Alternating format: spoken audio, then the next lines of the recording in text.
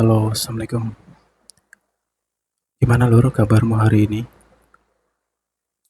Oke, kita lanjutkan lagi ya. Kita general reading dulu. Ini energi tentang bulan Juli ini ya. Ada pesan lagi yang mau ku sampaikan di sini. Jadi fokus, simak baik-baik saja. Fokus dengan suaraku ya. Ini kartu-kartu ini cuman sarana doang.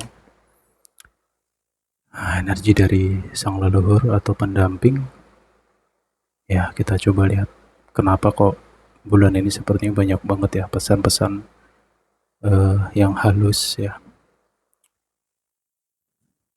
Karena sepertinya sedang apa ya, kita sedang hidup di antara kekacauan gitu, dan juga ya orang-orang yang mungkin lagi berantakan, orang-orang yang bertopeng, berkedok ya, atau bermuka dua kayak gitu. Jadi kenapa kamu selalu dilindungi nih sampai hari ini? Ya karena itu tadi, banyak sekali orang-orang di sekitar kita yang kurang lebih seperti itu, dan kita juga kan sulit ya untuk melihat atau menyadari bahwa oh ini bertopeng, oh ini berkedok, oh ini cuman berkostum gitu.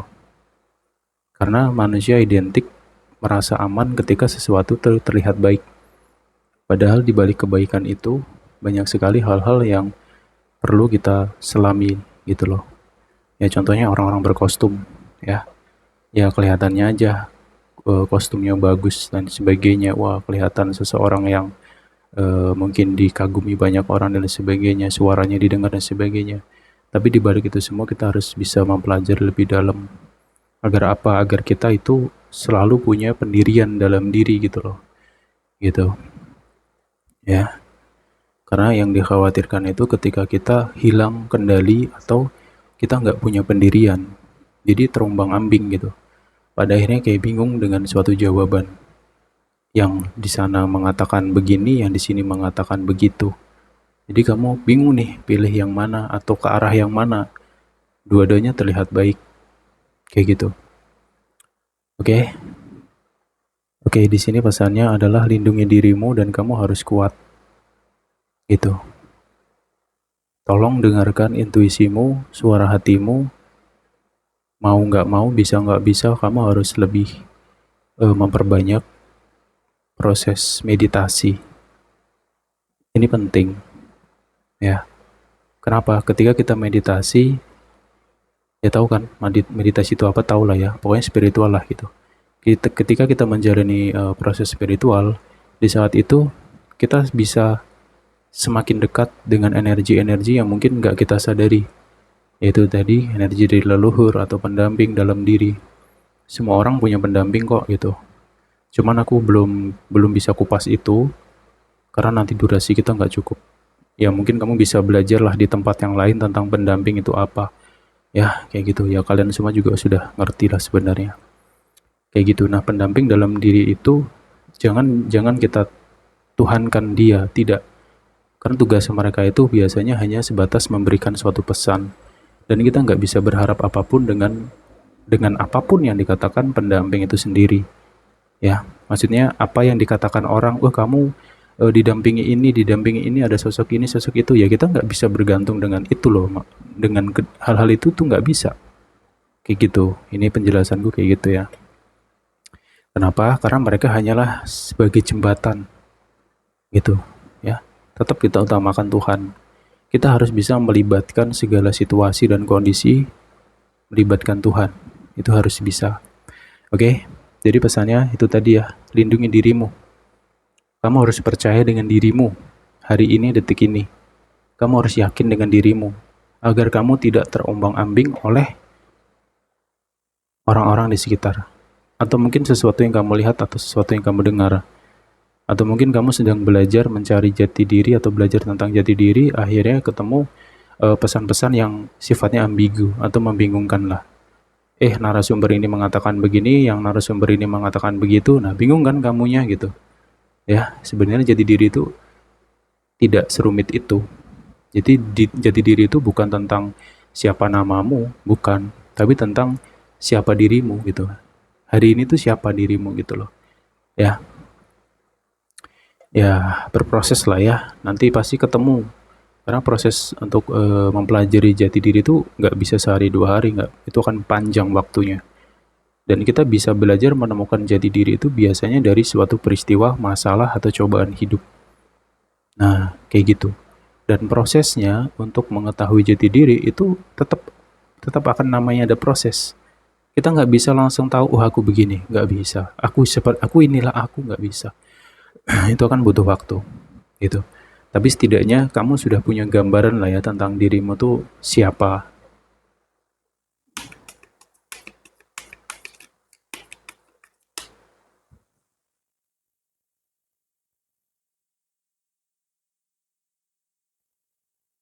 Oke, memang udah waktunya untuk uh, menyelami lebih dalam ya.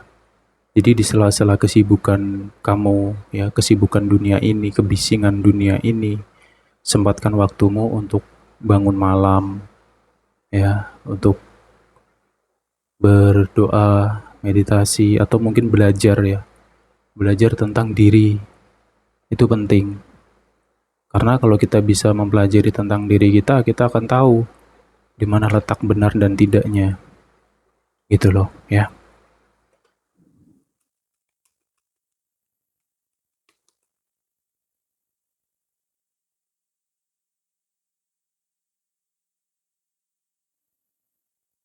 Energi orang-orang iri ini lagi rame ya. Lagi rame, lagi rame banget. Makanya tadi saya sebutkan ya, bertopeng, berkedok, bermuka dua, dan juga iri nih. Ini lagi rame nih. Ya, di sekitar kita tuh lagi bermunculan nih orang-orang kayak gini nih gitu. Ya, makanya di sini aku hanya sebatas mengingatkan kamu-kamu semua aja, ya, agar kalian tuh nggak mudah terpengaruh, nggak mudah terprovokasi, ya, nggak mudah dikendalikan orang juga gitu loh. Dan juga memang harus berani mengatakan tidak, jangan cuman ngedumel dalam diri, ya. Kadang banyak nih di antara kamu yang suka ngedumel, wah dia ini begini, dia ini begitu, dia ini begitu. Tapi ketika kamu ketemu orangnya nunduk lagi, gitu. Kalau nggak ada orangnya aja kamu ngedumel kayak marah banget gitu. Tapi ketemu orangnya apa yang terjadi? Iya iya toh. Kenapa bisa seperti itu? Apakah itu sihir magic? Belum tentu. Ya, bisa jadi karena mungkin ada ketakutan dalam diri kamu gitu loh. Sehingga kamu nggak berani untuk mengatakan sesuatu atau menolak sesuatu di sini. Gitu. Ya ketakutan itu bisa beraneka ragam. Takut nanti dia pergi atau nggak jadi temen gitu. Atau nanti takut dia tersinggung, ini keluarga, nanti nyebar ke sana ke sini, gitu. Tapi ya kembali ke kamu sih, karena kita hidup ini nggak bisa iya-iya aja sama orang, nggak bisa bro. Ya, apalagi kalau misalkan ada orang yang nggak punya adab ya. Orang itu mungkin kelihatan berilmu gitu, ya, kelihatan agamis gitu, tapi nggak punya adab nih. Ya lu harus lawan gitu dengan kata-kata juga. Dia ngomong nyeleneh ya kamu lebih nyeleneh. Sah kok itu hukumnya, sah banget gitu. Karena apa? Karena itu ketoksitan yang dibungkus sesuatu yang rapi. Gitu. Terkadang kita perlu membantah sesuatu. Tapi di sini saya tidak mengajari tentang keras, tidak ya. Gitu loh. Saya di sini membahas hal ini tuh agar kalian tuh nggak ditindas orang. Itu aja, ya.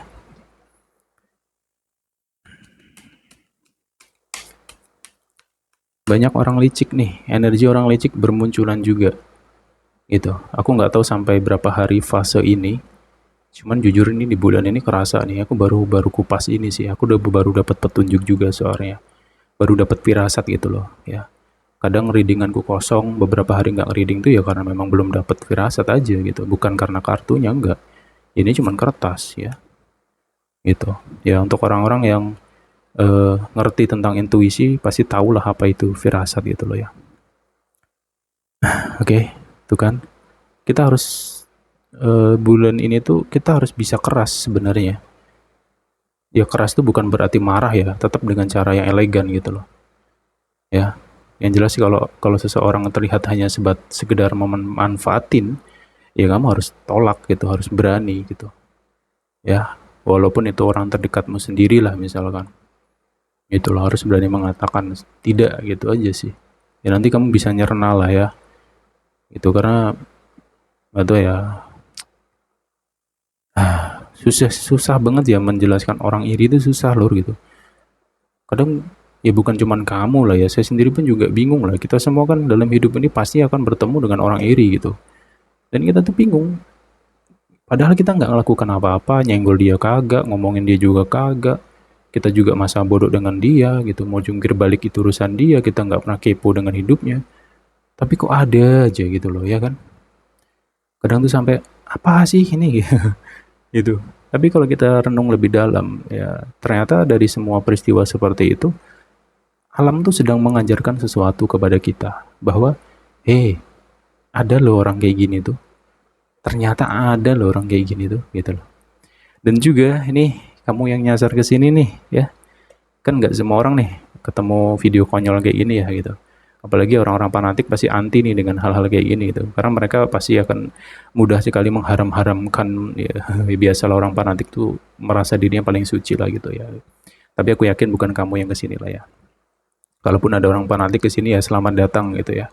Itu hostnya belak-belakan gitu. Kalau tersinggung nggak usah nonton gitu aja. Ya, oke. Okay. Kemudian di sini lur, ya saling sikut ya, saling sikut, saling ngomong sana ngomong sini, hanya demi mendapatkan sesuatu di sini. Ada predator ya, ada beberapa energi predator di sini tuh orang-orang yang sepertinya menghalalkan berbagai cara. Dia nggak peduli mau ini saudara kayak mau apa, uang ya uang gitu loh. Tahu kan maksudnya? Nah, kayak gitu loh. Tapi ya itu tadi, balik ke kamu lagi. Karena manusia itu kesulitannya adalah ketika manusia terjebak dalam perasaan. Nah, udah kena perasaan susah emang ngomongnya. Tapi itu tadi, tetap kita harus gunakan akal sehat dan kesadaran itu yang penting. Ya.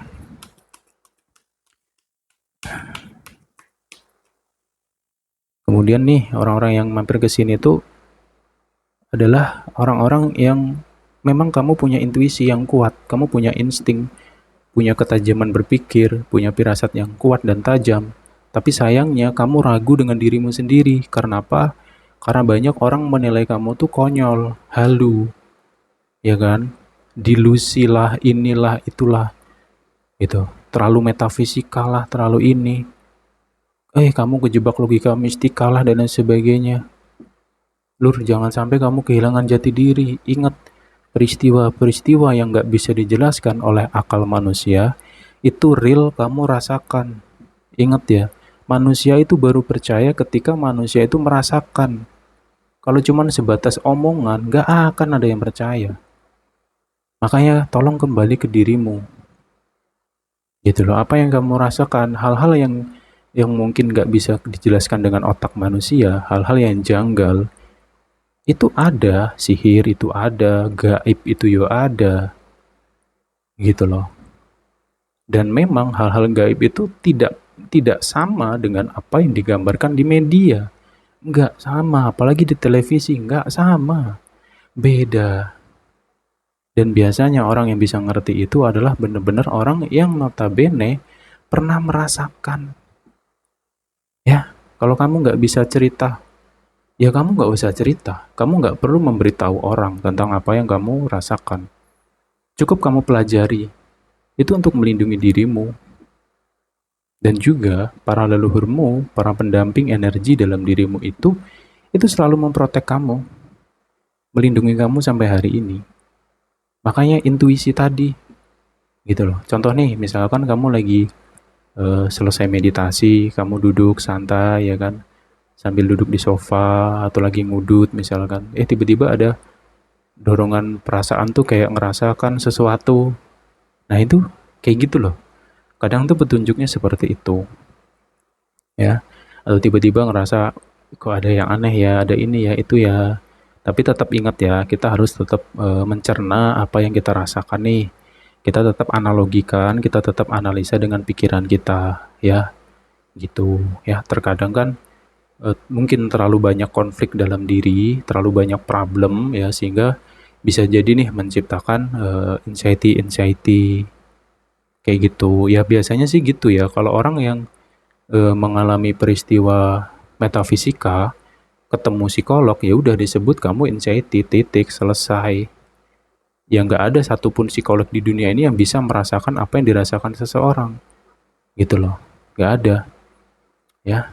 Tapi bukan berarti psikolog itu salah, ya enggak. Kita juga perlu mempelajari hal tersebut, gitu loh. Jadi logis dan nggak logis kita harus pelajari dua hal ini.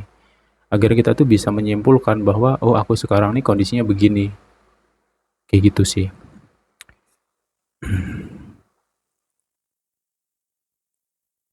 Oke, aku tak mana ya, minum dulu bentar ya.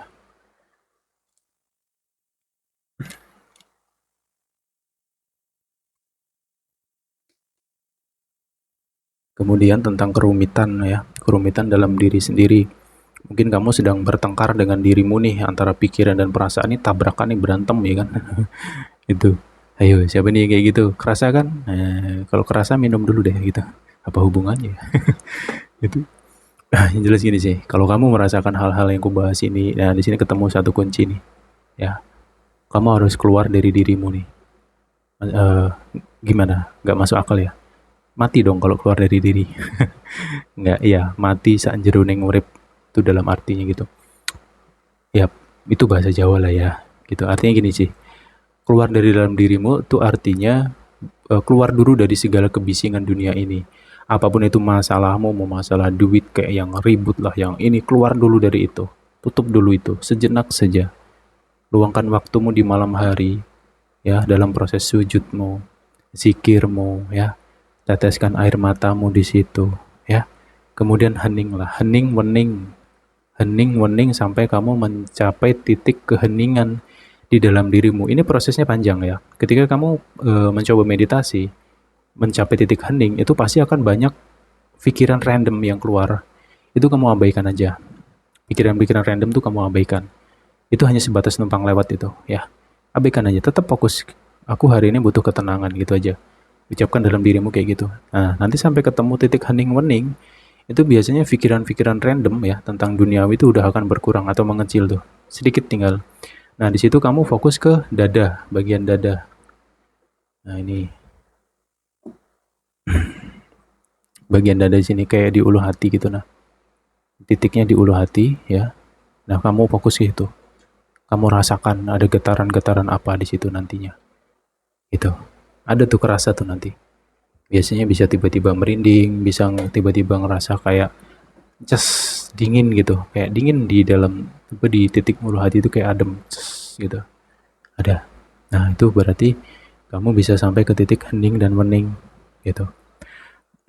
Itu akan manfaatnya banyak banget ya, karena dalam hidup ini kan banyak orang di luar sana yang mungkin ya sibuk lah dengan dunia-dunia ini, sibuk dengan masalah, mungkin nggak ngerti juga tentang apa itu meditasi dan sebagainya dan manfaatnya apa. Ketika kita bisa berada di titik apa yang kubahas ini ya, itu artinya dalam tubuh manusia itu, ini kalian pernah nggak, ini sekalian belajar ya, pernah kan kamu melihat di, carilah nanti ilustrasi titik cakra dalam tubuh manusia. Nah di situ kan ada warna ya, dari tulang ekor ke pinggang, punggung, itu kalau dari depan ya di bagian titiknya kemaluan, pusar, ulu hati, dada, tenggorokan, hidung, dan ini bagian kepala itu ada titik-titik warna itu. Nah biasanya kalau kita jarang meditasi, ini titik warna tuh nggak berada di tempatnya gitu. Yang paling bawah itu di kemaluan itu kan warnanya merah tuh, titik cakranya tuh. Nah itu bisa berpindah gitu, jadi ke bagian dada. Yang dada ini warnanya hijau kalau nggak salah ya. Itu bisa kayak terbalik gitu. Nah itu artinya diri kita itu sedang dikuasai hawa nafsu. Makanya ada orang-orang yang apa ya, kayak ya nggak bisa hidup tanpa wanita lah bahasanya gitu. Kalau wong Jawa ini medok, ya, kerjaannya medok, oh ya kan. Nah ini hawa nafsunya nguasai nih, ya medok, main, ya kan, judi, nah itu di situ. Nah ini kalau sudah kena itu mau dipikir mau dinasehatin siapapun nggak akan mempan, ya gitu. Apalagi orang-orang yang egonya tinggi itu sama. Itu yang jelas tuh titik nafsunya tuh berpindah. Nah dengan proses meditasi tadi, tapi tetap butuh waktu ya, nggak bisa sehari 2 hari, nggak bisa sekali 2 kali. Kalau kamu sering pasti kamu akan merasakan. Nah itu titik warna dalam titik cakra itu akan kembali kepada tempatnya gitu loh, ya. Yang warnanya merah yang tadi di dada itu bisa di titik kemaluan itu lagi atau di tulang ekor titiknya. Jadi bisa kembali. Nah, kemudian dalam meditasi itu dalam tubuh tuh kayak ada merinding ya, merinding itu naik turun tuh. Siapa nih yang suka pernah meditasi ngerasain hal itu? Dari ujung rambut sampai ke tulang ekor atau ujung kaki lah ya. Itu kayak ada yang bergerak, tapi rasanya tuh kayak merinding, serap dari atas bawah kayak naik turun. Nah, itu artinya gelombang energi dalam tubuhmu ya frekuensinya sedang sedang proses memperbaiki gitu loh. Atau menempatkan kepada titik-titik yang sebenarnya. Itu. Nah, terus dampaknya kepada kehidupan apa? Ya emosi kita yang mungkin labil, pikiran kita yang panas itu bisa dingin. Kalau sudah dingin, positif, kita bisa menemukan hal-hal yang mungkin nggak kepikiran gitu loh. Sedang itu bisa membantu kita dalam kehidupan ini dan juga bisa mendatangkan keajaiban-keajaiban kecil.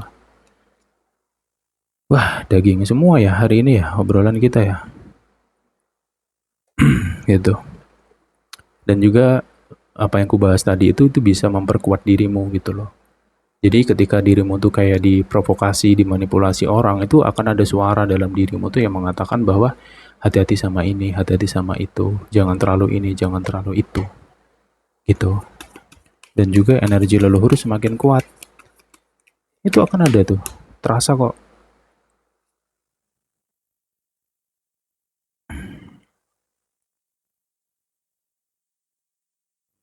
Oke, nah kemudian kalau intuisi atau energi kekuatan batin ya, namanya kekuatan batin sih. Itu sudah matang ya, sudah bisa positif lagi nih. Kamu bisa bisa ngerasa atau bisa kayak ada tiba-tiba bayangan nih, bayangan tertentu gitu. Atau misalnya kamu lagi ngobrol sama orang, tiba-tiba kamu kayak ngelihat siluet ya, siluet lah. Bahwa orang ini tuh misalkan nih dia nanti jalan tuh bisa nginjek tele ayam gitu. Itu bisa kegambar. Dan juga kalau ada orang yang toksit, itu dirimu tuh akan ngerasa kayak aneh aja dalam dirimu tuh. Dirimu deket sama orang itu tuh kayak ngerasa aneh aja gitu. Walaupun dia berkostum ya, kostum agama gitu misalkan, oknum-oknum lah ya, kita bahas oknum aja gitu.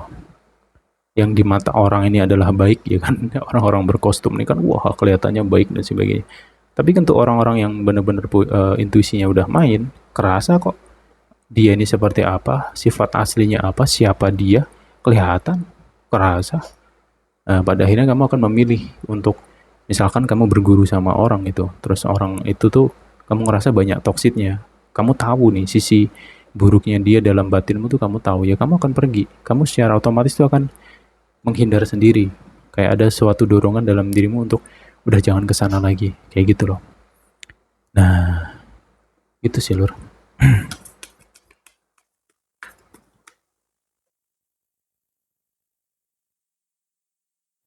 Iya memang ada energi sihir ya beberapa bulan ini ada satu gejolak sihir juga ternyata. Nah, gini-gini, kita bahas tentang sihir deh. Oke, sihir itu kalau yang sering terjadi ya, itu bukan misalkan dalam tubuh manusia bisa dimasukin kulkas, linggis, besi, paku, enggak ke situ sih, lebih ada yang lebih parah dari itu ada. Contohnya mengalami gangguan-gangguan yang aneh gitu. Itu biasanya kalau orang kena sihir itu banyak sekali dapat petunjuk melalui mimpi. Ya, melalui mimpi. Mimpi itu asalnya ada 3. Satu dari Allah atau dari Tuhan, yang kedua dari setan, yang ketiga dari pikiran. Nah, biasanya mimpi itu mengalami pola yang sama. Atau mimpi bertemu dengan binatang-binatang yang bisa ditunggangi oleh para jin gitu. Contohnya kayak ular, kalajengking, kelabang, ya, atau mungkin kepiting ya. Kepiting sama kalajengking itu sama tuh. Karena ada capitnya gitu. Itu simbol ya, itu artinya simbol, atau mungkin kelelawar itu simbol gitu. Tapi apakah kita harus panik dengan hal itu? Ya enggak ya, karena kalau kamu ngalami hal-hal kayak gitu tuh, kamu amati dulu nih, eh dirimu tuh normal nggak sih?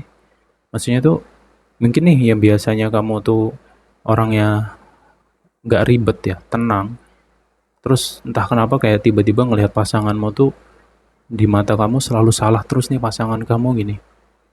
Kenapa ya dia selalu salah? Coba deh nanti, makanya tadi kembalinya ke proses meditasi tadi loh. Itu akan kebuka semua tuh nantinya, kebuka, serius kebuka. Ya, ini daging semua nih yang gue kupas nih. Beruntung nih yang ketemu kesini nih. Itu benar-benar akan kebuka ya. Pikiranmu dan intuisi itu akan mulai sinkron. Nah, ketika sinkron, kamu bisa menganalisa hal-hal yang mungkin nggak bisa dijelaskan dengan akal logika. Itu kamu bisa merasakan, kamu bisa meneliti di dalam dirimu gitu. Nah, kalau kamu menemukan hal-hal yang seperti itu, atau tapi ingat ya, jangan buru-buru tanya sama orang nih, jangan gitu.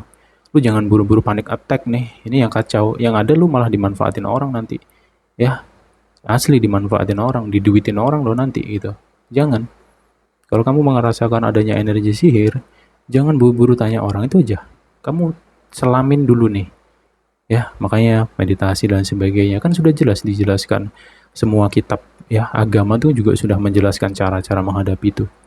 Ya toh, makanya bersujud. Itu, sujud zikir, toh insya Allah lah terlindung kita. Itu. Oke. Ya, itu sih karena ya memang ada kaitannya dengan keluh tentang orang-orang yang menghalalkan berbagai cara demi tujuan. Gitu. Ternyata ada pelaku sihir di sini. Ya, gitu. Ya biasalah, demi juga manusia ya. Ngeri sih memang. Yang paling serem tuh bukan bukan hantu ya, tapi manusia. Serem. Ya. Ketika ditipu oleh teman baik, itu yang paling serem. Ketika kita dikhianati oleh teman baik, itu yang paling serem. Gitu. Oke, jadi nah nyambung kan? Nah, makanya tadi dirimu harus punya power gitu loh. Ya. Kemudian di sini pasti akan ada bisikan lagi nih. Ya, ini yang bisa nonton sampai akhir ini orang tertentu aja nih. Paling cuma 5 menit, 10 menit langsung skip tuh. Kayak nggak tahan aja tuh dengan suaraku tuh. Gitu. Kenapa? Ya mungkin terlalu banyak hawa gelap dalam dirinya, bisa jadi ya. Tapi bukan berarti karena suaraku ya enggak sih. Karena biasanya orang-orang yang terlalu banyak energi gelap tuh anti nasihat. Karena ketika mereka dinasihati dikasih masukan-masukan yang positif atau kerohanian kayak gitu, itu pasti akan nolak dengan sendiri. Jadi kayak ada dalam dirinya tuh sesuatu yang panas yang nggak bisa bersentuhan dengan rohani gitu nah. Kayak gitu ilustrasinya tuh, gambarnya kayak gitu. Oke.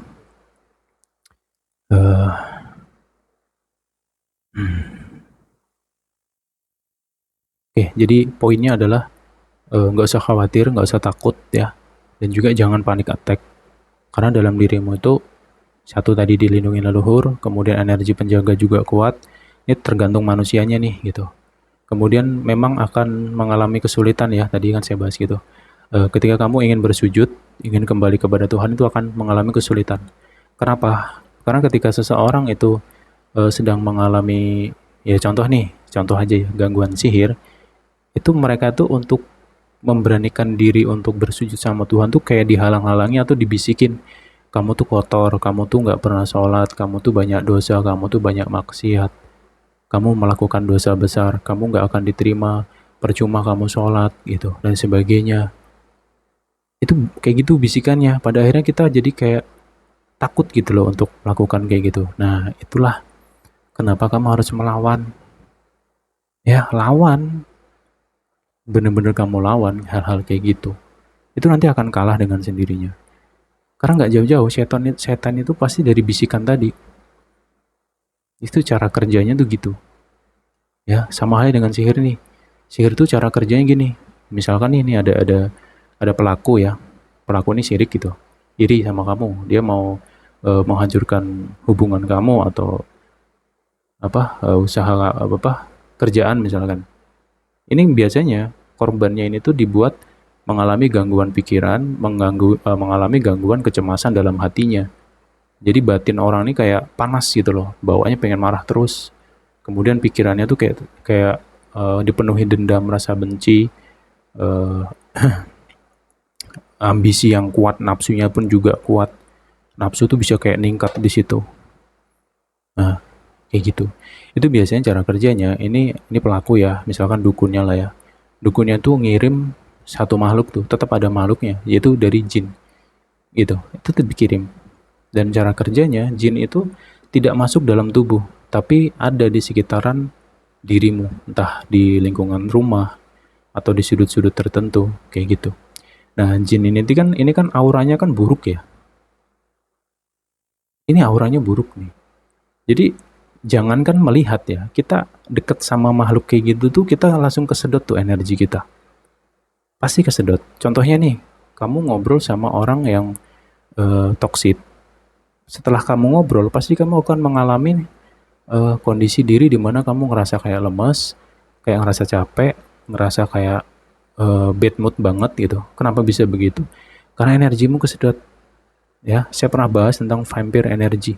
Orang yang bisa nyedot energi. Itu orang toksik tuh kayak gitu. Ibaratnya kamu itu adalah spons dan energi toksik itu adalah uh, oli. Tahu kan oli? Ketika kamu dekat sama oli, maka oli itu akan masuk ke dalam spons itu, membuat spons itu menjadi hitam. Nah, cara kerjanya dari sihir tuh kurang lebih seperti itu. Jadi makhluk jin ini kayak niupin, kita tuh ditiup oleh hawa yang negatif. Nah, itu masuknya ke pikiran dan juga perasaan.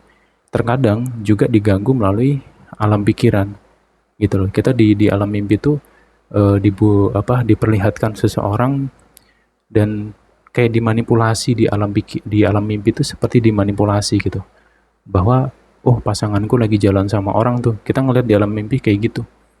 Ya, dan juga ini berketepatan dengan pikiran kamu yang sebelumnya. Kayak gitu. Jadi kayak nyambung nih, dibuat nyambung gitu loh. Ketika kamu bangun kayak ngerasa, wah iya bener nih, ini dia nih selingkuh nih. Padahal belum tentu. Nah, jadi akhirnya apa? Menciptakanlah keributan. Ya kan? Ribut-ribut-ribut-ribut. Nah, ujung-ujungnya apa? Putus. Kayak gitu. Bangsatnya gitu loh. Ya, memang kejam. Ya, dunia ini kejam. Ya, apalagi manusia-manusia yang menghalalkan berbagai cara itu. Gitu. Tapi itu tadi nggak usah takut. Kita punya Tuhan yang Maha Esa. Ya, dan hari ini kita dilindungi oleh kekuatan-kekuatan yang melampaui mereka-mereka semua. Tergantung manusianya. Karena di saat kita mengalami gangguan sihir, di saat itu kita sedang diuji sebenarnya dari Allah Ta'ala eh, untuk ditingkatkan keyakinannya, seberapa kuat keyakinanmu dengan Sang Tuhan.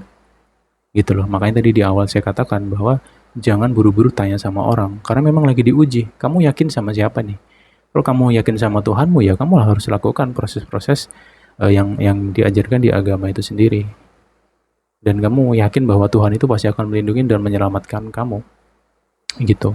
Nanti akan datang perantara-perantara. Nah, biasanya prosesnya kayak gitu. Oke. Dan hal-hal kayak gini tuh juga nggak akan bisa diceritakan ke semua orang, nggak bisa. Ya, karena manusia di era sekarang ini sudah banyak kedoktrin dengan pembahasan-pembahasan yang modern gitu. Ya. Sampai pada akhirnya para budaya-budaya ini kan termasuk kategori tentang budaya, tapi ada dan nyata gitu loh.